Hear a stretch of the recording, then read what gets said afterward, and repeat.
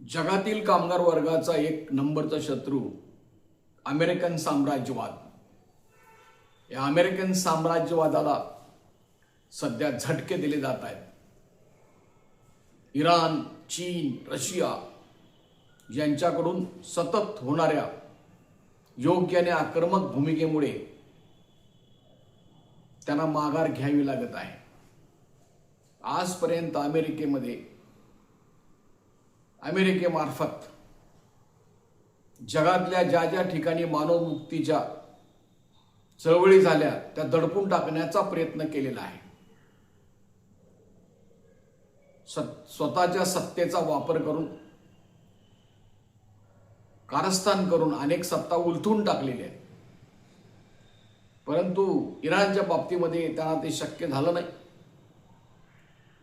अमेरिकेचा व्हिएटनामने सुद्धा प्रचंड पराभव केलेला आहे.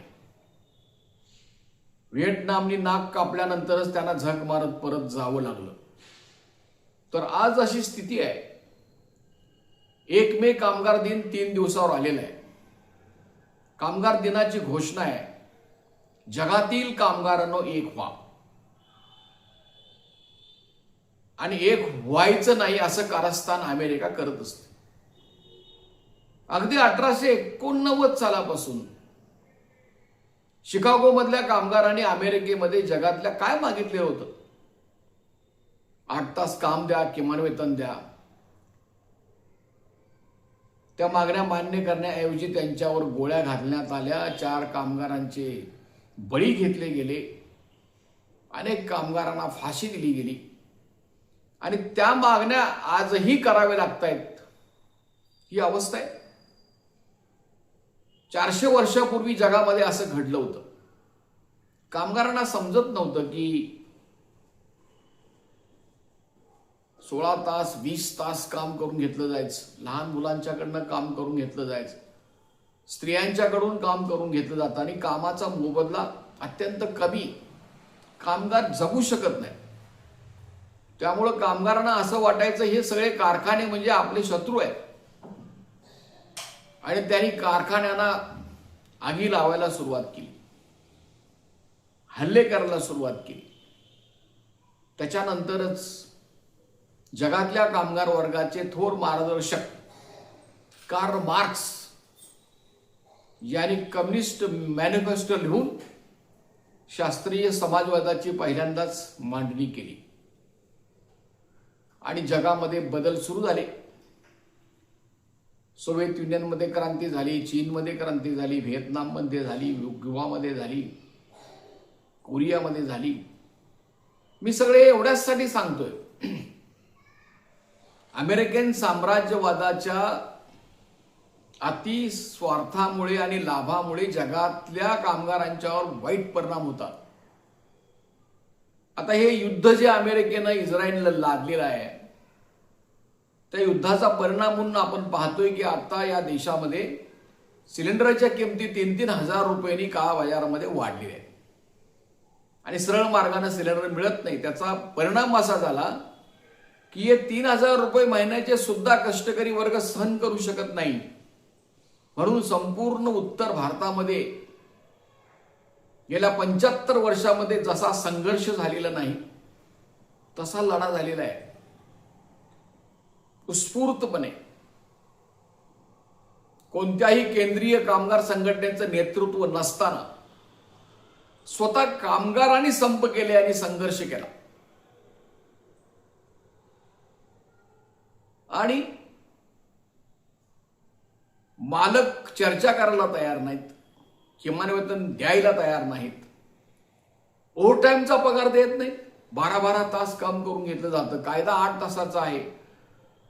8 तासानंतर केलेलं काम जे आहे ते तुम्ही डबल दराने द्यायला पाहिजे. सुट्टीच्या दिवशी काम करून घेतलं जायचं, तेही सिंगल दराने आणि 10,000-11,000 रुपये पगार.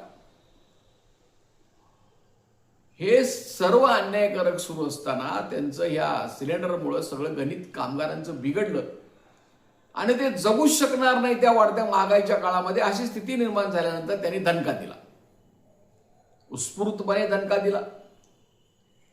सरकारचे डोळे उडायला पाहिजे होते.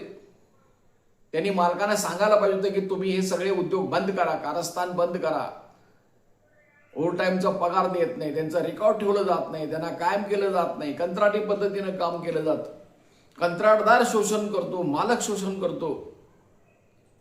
हे करण्याऐवजी सरकारने कामगारांच्यावर पोलिसांचं दमन लादलं, लाठीमार केला गेला. स्त्री कामगारांना सुद्धा प्रचंड पुरुष कामगारांनी मारहाण केलेली. एवढं हे निर्लज्ज सरकार आहे. आणि एवढं होऊन सुद्धा अजूनही तो कामगार संघर्ष करतो. कसल्याही कायद्याची पर्वा नाही, न्यायालयीन आदेश पाळायचे नाहीत. हे सुरू आहे. हे उत्तर भारतामध्ये जरी पेटलेलं असलं तरी सगळीकडे हे सुरू आहे. संपूर्ण भारतामध्ये सरकारनं ठरवून दिलेलं किमान वेतन सुद्धा दिलं जात नाही. आज या वाढत्या महागाईच्या काळामध्ये एखादं कामगारांचं कुटुंब जर जगायचं असेल तर किमान महिन्याला 30,000 रुपये तरी वेतन दिलं पाहिजे. त्यांनी 26,000 मागितलं कामगारांनी, ते सुद्धा द्यायची दानत नाही त्यांची. किती वाढवणार याच्याबद्दल बोलायला तयार नाही. आणि तुम्ही हिंसा करताय म्हणून बोंबलून 400 कामगारांच्यावर त्यांना अटक करून त्यांच्यावर FIR सुद्धा नोंदवलेला नाही. ते कुठल्या जेलमध्ये आहेत त्यांच्या कुटुंबियांना, संघटनेला माहिती नाही. कायदा असा आहे की 24 तासाच्या आत अटक केलेल्या माणसाला कोर्टामध्ये हजर केलं पाहिजे. हा घटनात्मक अधिकार आहे. तो सुद्धा धाब्यावर बसून या कामगारांना जेलमध्ये टाकून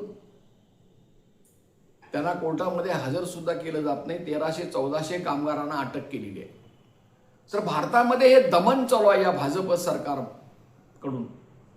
कष्टकरी लोक जे आहेत त्यांना कामाचा मोबदला द्यायचा नाही, त्यांचं शोषण करायचं, त्यांच्याकडनं जवळजवळ फुकट राबवून घ्यायचं. त्यांनी गप झक मारत गुलामासारखं काम केलं पाहिजे. त्यांनी जर आवाज काढण्याचा प्रयत्न केला तर आवाज दाबून टाकायचा. हे चालू आहे. आता या भारतातल्या ज्या आशा आणि गटप्रवर्तक आहेत किंवा राष्ट्रीय आरोग्य अभियानामध्ये काम करणारे कंत्राटी कर्मचारी आहेत, भारत सरकारने स्वतःचा जो हिस्सा आहे तो मागील 6 महिन्यापासून दिलेला नाही. त्याने सांगितलं की 150 रुपये तुमची आम्ही मानधनवाढ केलेली आहे, केंद्राची, राज्य सरकारची नव्हे. महाराष्ट्र आणि राज्य सरकारने फेब्रुवारीपर्यंत मानधन आशा गटप्रवर्तकांना दिलेलं आहे. पण प्रत्यक्षात केलेल्या कामाचा जो मोबदला आहे तो अनेक वेळा मागणी करून सुद्धा हे भारत सरकार आशा आणि गटप्रवर्तकांना मागील 6 महिन्यापासून नोव्हेंबर पासूनचं वेतन अजूनही दिलेलं नाही. काही त्यांना पर्वा नाही. महिला काम करतायत, त्यांच्या जीवावर या योजना सुरू आहेत. 12-12 तास त्यांच्याकडनं काम करून घेतलं जात आहे आणि त्यांच्या पोटाला चिमटा काढून केलेल्या कामाचा पगार सुद्धा द्यायचा नाही. हे चालू आहे कारस्थान. दुसऱ्या बाजूला आपण पाहतोय की या भारतामध्ये सगळ्या या बांधकाम कामगार कल्याणकारी मंडळाचं दिवाळं वाजलेलं आहे.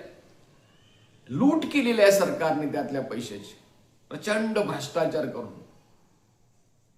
कामगारांना सुप्रीम कोर्टाने सांगितलं, 2019 मध्येच सांगितलंय, मार्च 18ला, की तुम्ही कायद्यामध्ये असलेल्या योजनांचे लाभ कामगारांना द्या, त्याची अंमलबजावणी करा, त्यांच्या पाल्यांना आर्थिकदृष्ट्या सबल बनण्यासाठी, शिक्षणासाठी आर्थिक सहाय्य करा, घरे बांधायसाठी कर्ज द्या, लोन द्या, सबसिडी द्या. जे बांधकाम कामगार घरे बांधतात त्यांना स्वतःचं घर नाही, झोपडपट्टीमध्ये राहतात, त्यांना घरे बांधून द्या, त्यांच्या आरोग्य सुविधा निर्माण करून द्या. हे सगळं याने बाजूला ठेवले. हे भारत सरकारचा असा आदेश आहे, त्यांनी काय चुकून काढलाय का माहित नाही. आणि महाराष्ट्र सरकार या मोदी सरकारचं सुद्धा ऐकत नाही. 2020 साली आदेश झालेला आहे की तुम्ही वस्तुरूपाने कामगारांना लाभ देऊ नका, त्याच्यामध्ये गैरव्यवहार होतात. परंतु तरी सुद्धा 3,000 रुपये होलसेलमध्ये मिळणारा भांड्याचा सेट त्या कंत्राटदाराला एका सेटला 11,000 रुपये हे देतात. 11,000 मधले 8,000 राहतात. ते 8,000 कुणाकुणाला जातात, कुणाची किती टक्केवारी आहे याचा शोध घेतला पाहिजे. 30 लाख कामगारांना ही भांडी वाटलेली आहे, जी 3,200 कोटी रुपयाचा फ्रॉड आहे. एक रक्त काढून घेतलं कामगाराचं, तपासणी केली की 3,900 रुपये त्या कंत्राटदाराला दिले जातात. सध्या सुरक्षा संचाच्या नावाखाली डबे देत आहेत, त्यात सुद्धा हीच बोंब चालू आहे. आणि बाकीच्या सगळ्या योजना त्यांनी बंद करून टाकलेल्या आहेत. स्कॉलरशिप द्यायची नाही, मेलेल्या माणसाला अंत्यविधीची सुद्धा रक्कम द्यायची नाही, त्या सगळ्या योजना, सगळ्या अनेक अनंत अटी घालून फक्त अर्ज जणू काय कामगारांनी केला की तो त्याने अधिकाऱ्याने नामंजूरच करायचा असतो, नामंजूर करण्यासाठी तपासला जातो, अशी स्थिती आहे. हे भयानक चालू आहे. या देशाच्या संपूर्ण कामगार चळवळीमध्ये ज्यांनी हुतात्मा पत्करलेला आहे त्यांना आपण वंदन करूया. आज हा देश, या देशातलं स्वातंत्र्य आता सगळं धोक्यात आलेलं आहे. 1928 सालच्या दरम्यान दिल्लीच्या पार्लमेंटमध्ये शहीद भगतसिंग, सुखदेव, राजगुरू यांनी बॉम्ब टाकला होता, आवाजी बॉम्ब. त्याचं नुकसान होणार नाही अशा पद्धतीचा. आणि कारण असं होतं की त्यावेळेला त्यांनी, इंग्रजांनी कामगारांच्या विरुद्ध एक काळं बिल आणलं होतं. त्यातलं एक कलम असं होतं की विना चौकशी कामगार संघटनांच्या पुढाऱ्यांना जेलमध्ये घालायचं. तर हे आपण 1 मे कामगार दिनानिमित्त आपण याची सर्वांची आठवण करूया आणि 1 मे कामगार दिनानिमित्त आपण प्रतिज्ञा करू की या सर्व अन्यायाविरुद्ध आपल्याला संघर्ष, वर्गसंघर्ष तीव्र करू. आज या देशामध्ये 4 लेबर कोडच्या नावाखाली कामगारांच्यावर गुलामगिरी लादायचं या फॅसिस्ट सत्ताधारी भाजप सरकारनं ठरवलेलं आहे.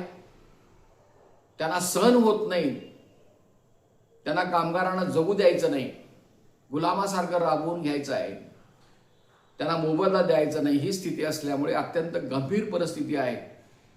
तर तुम्ही जसे जमेल तसं संघटित व्हा, संघटित होऊन संघर्ष करा.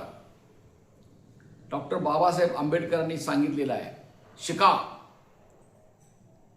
फक्त शिकू नका, संघटित व्हा. आणि एवढं करून थांबू नका, संघर्ष केल्याशिवाय. संघर्ष करा. तर हे लक्षात घ्या, हे जे YouTube चालन आहे ते असंघटित उद्योगातील कामगारांसाठी चालवलं जातं.